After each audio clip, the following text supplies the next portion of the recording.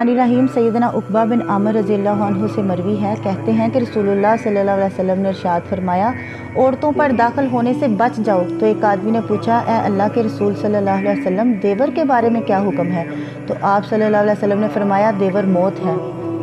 औरतों को पर्दे का हुक्म और मर्दों औरत के मेलजोल पर पाबंदी, गैर महरम औरत के साथ तन्हाई में जाना हराम होना, गैर महरम की तरफ देखने की ममानत और औरत के लिए बराए सफ़र महरम या शोहर की मौजूदगी की शर्त वगैरह, ये सब अहकाम बदकारी का रास्ता बंद करने के लिए हैं। देवर को मौत से इसलिए तशबीह दी कि जिस तरह मौत अचानक आ सकती है, इस तरह देवर घर में बिला रोक टोक जब चाहे इसके आने के इम्कानात होते हैं। बावज को देवर से पर्दा करना ज़रूरी है और देवर से इस तरह बचने का हुक्म है जिस तरह इंसान मौत से बचने की कोशिश करता है।